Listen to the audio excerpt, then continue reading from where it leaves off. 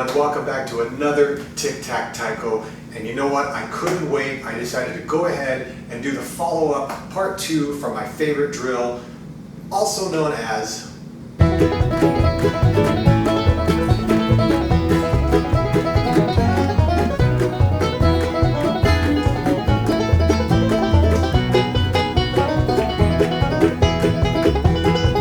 Don't worry, I promise I won't do that too often. Now, this video builds on all of the stuff we learned in part 1. If you haven't watched it, I've included a link below. Maybe you feel like you're going to want to brush up on the polyrhythm. Go ahead and do that before we continue. This video has 3 variations on the 3/4 polyrhythm, and each variation has at least one variation. And while that might seem like a lot, I'm going to make sure that I put graphics on the screen so you know exactly where we are and you won't get lost. I'm also putting up a difficulty scale from 1 to 10 to give you an idea of the relative difficulty of each of the drills. You'll see that the range is from a 3 to an 8, which kind of means there's something for everyone, but you're also going to want to follow along in order because each variation builds on the variation before it. Before I continue onto the drills, let me say one important thing. I call this my favorite drill for what it helped me to become.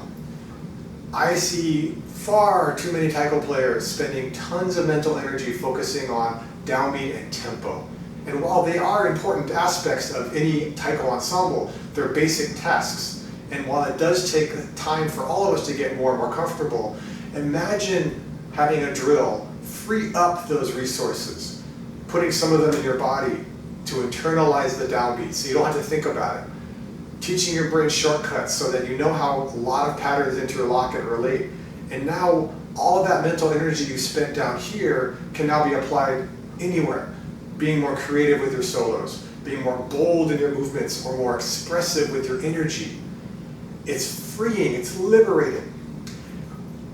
I'm not saying that learning 3/4 will give you freedom, but understanding 3/4 will. So our first variation is the sticky 3. And on our difficulty scale, this comes in at, well, a 3. It's not that difficult at all. In part 1 of this 2-part drill, I was doing 4/3 and 3/2. I always had the higher number on my right hand, just out of comfort. But what if I keep my left hand on the 3 and I change what the right hand is playing? So it'll play 2 or it'll play 4. It sounds like this.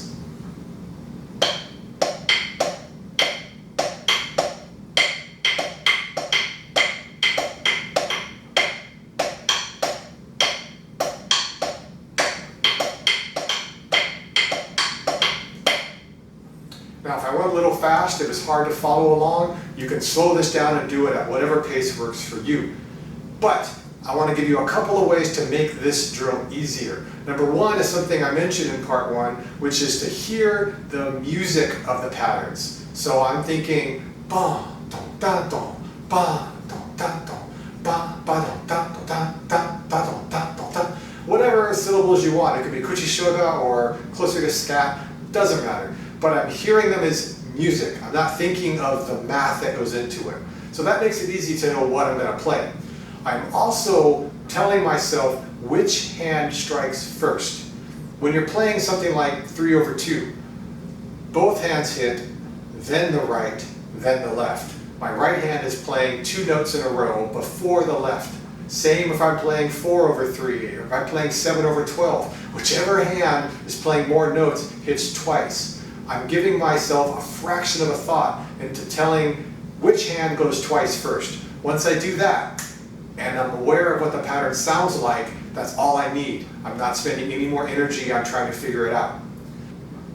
The variation for the sticky 3 is keep the 3 playing and take the other hand off. Alternatively, you can tap, but I find it's nice to kind of hit the air like I'm still playing. You just don't want to make a sound with your other hand. This will force the ear to really hear what the 3 is doing.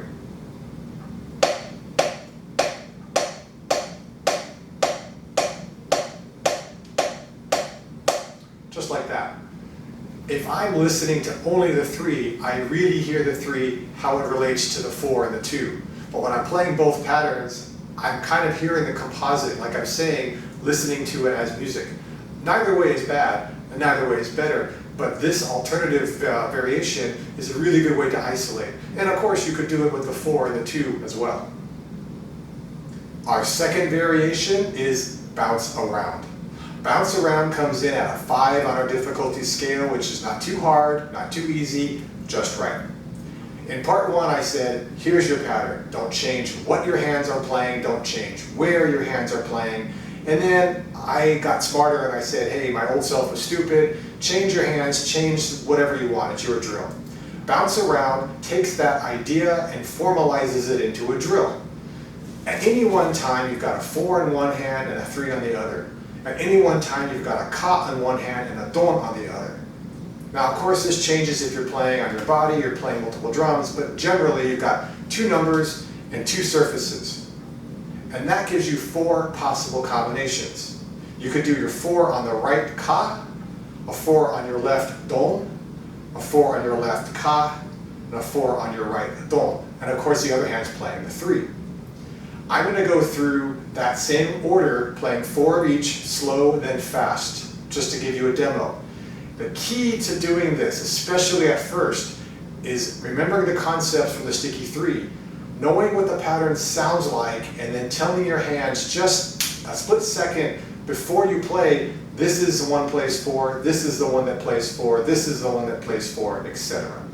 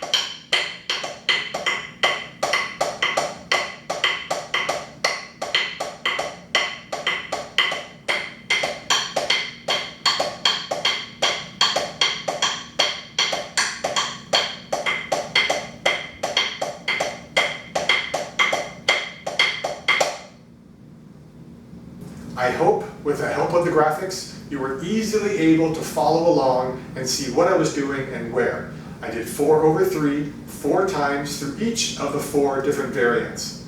Now, when you're doing this drill, you can pick as many repetitions as you want. You can do 4, you can do 8, you can do 2, you can do 1. You can do an odd number, 9 or 13. The more repetitions you do before you switch, the easier the drill is, simply because you have more time to think about it. What I'm going to do now is play a little game with you. You are going to watch as I play 4 over 3 in one of those 4 different variants. I want you to watch and try to follow not just which hand is playing the 4, but on which surface it's playing. I might throw a couple of curveballs at you as well.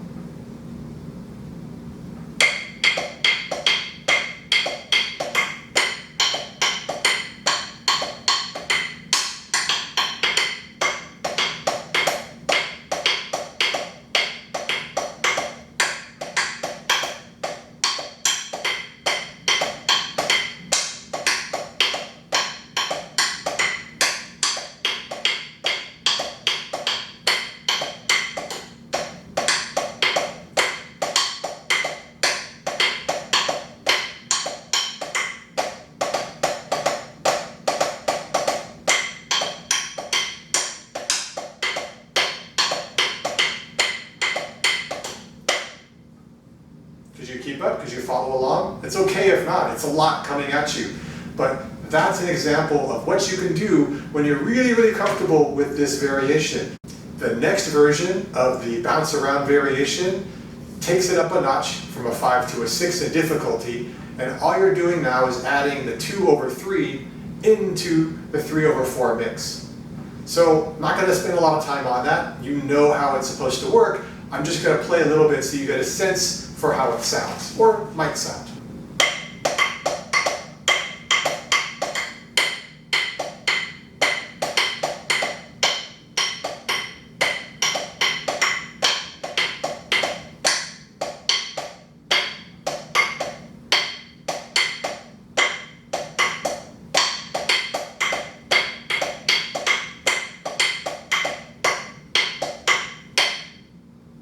2/3 meets 3/4.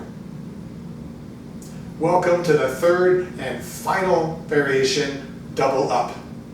Double up starts at a 7 on our difficulty scale. As we do more variants of this, it will get trickier, but first, the bass. Now, for the bass or any of the variants, if you're feeling like it's too much, it's too difficult, stop the video, take it slow, do it at your own pace, watch the video even, and things will absorb. It may take a while, but all of this stuff will eventually click if you give it time. Now, 4/3 is just a collection of what accents you're hitting on which numbers. The 4 is saying I've got 3 notes and I'm hitting the 1 of each 3 4 times. Double up simply says, well, instead of just hitting the 1, you're going to hit the 1 and 2. So I'm going to play 3/4 twice regular, twice with double up.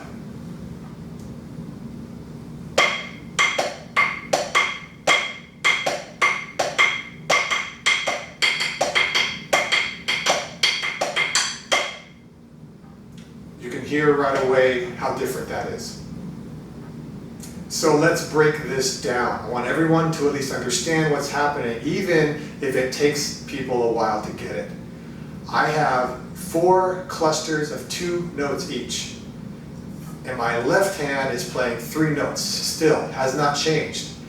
Understanding where those 3 notes land is the key to understanding how this pattern works, because you start to feel it and feel where things interlock. And that is what's going to make it easier, not in processing how it sounds. If you're lucky, you hear it as a musical pattern, that's great, but it doesn't mean that you can understand it or take the lessons that it teaches to other drills, especially the variants. So let's look at our 4 clusters of 2, and let's figure out where the 3 lands. First cluster, you hit at the same time. So the first 3 lands on the first one of the first cluster for the right. Pretty simple. The next cluster of 2, you're hitting on the second note. All right, so you've got 1, 2, and 2. 1, 2, and 2, right? The third and fourth clusters, you're hitting in between. So it's going, you're hitting 5 notes all together with the left hand in the middle. Now, that's easy on paper, sure. I'm going to play through it a few times slow so that it gives you something to listen to and to play along with.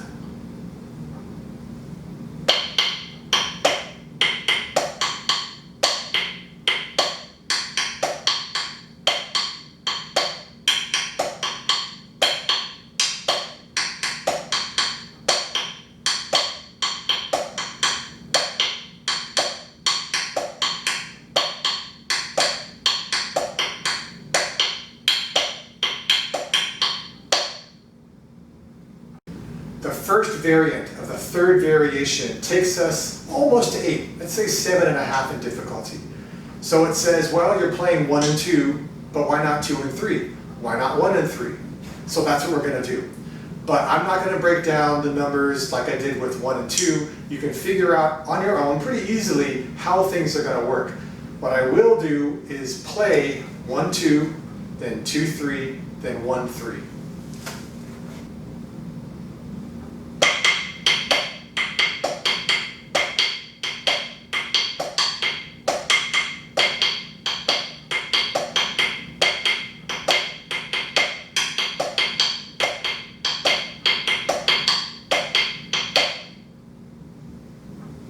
Okay, our second variant of our third variation takes our difficulty up to 8, but it's also just a stepping stone to get us to the third and final variant, which is where things get really interesting.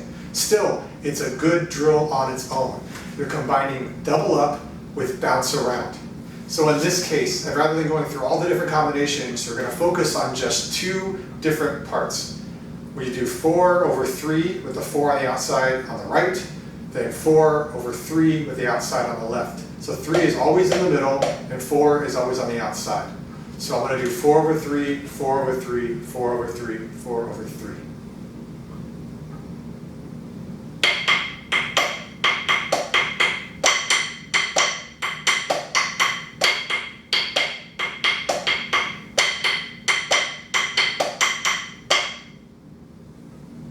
You know, if you've made it this far in the video, congratulations. That's a lot of work, and it's to be commended. It's a lot to cram into one video, let alone two. But I'm going to crank up the difficulty to 8.5 for this last variant, and this third variant of the third variation takes everything we've done so far and puts it into one drill. So you need to know where that 3 is in relation to the 4. You need to know how to be able to switch from one hand to the other. And what we're going to do is take the polyrhythm we've just played, 3 over 4, then 3 over 4, and we're going to cut it in half. We're going to play the first half here and the second half here. Rather than explain in detail, I'm just going to play it once so you know what I'm talking about.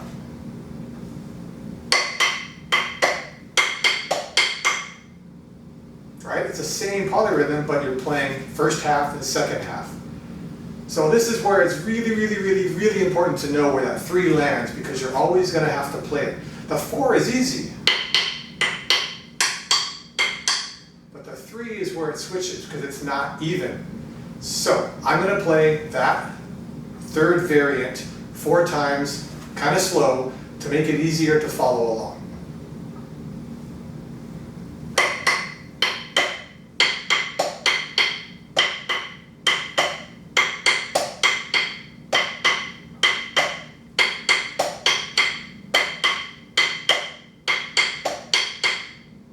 And for good measure, I'm going to do the same thing starting with the left, because at this point, it's really, really good and useful to practice both the right and left lead.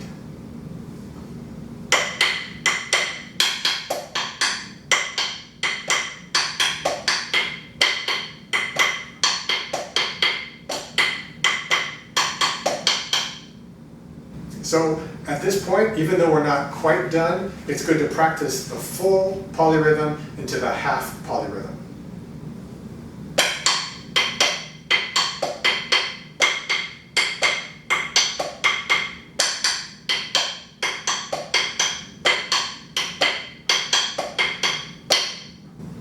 And we have ourselves at the final part of the final variant of the final variation of 3 over 4. So we've got the full 3 over 4, we've got the half 3 over 4, now we're doing the quarter. The quarter is a little tricky, especially if you go fast. So you're going to play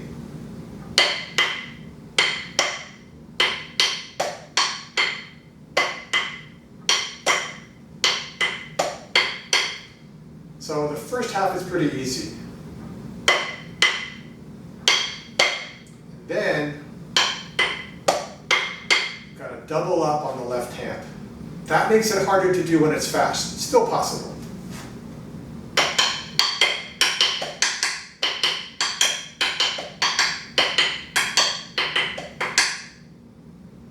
And now this drill is yours. You can do whatever you like to it. You can do it the way I'm going to demo. You can add to it. You can take away from it. Find new things that work and fit in for you, or never do it again if you hate it. That's fine too. So the demo I'm going to show you is a total of 6 full-length 3 over 4 polyrhythms, done with 2 full, 4 halves, and 8 quarters. It sounds like this.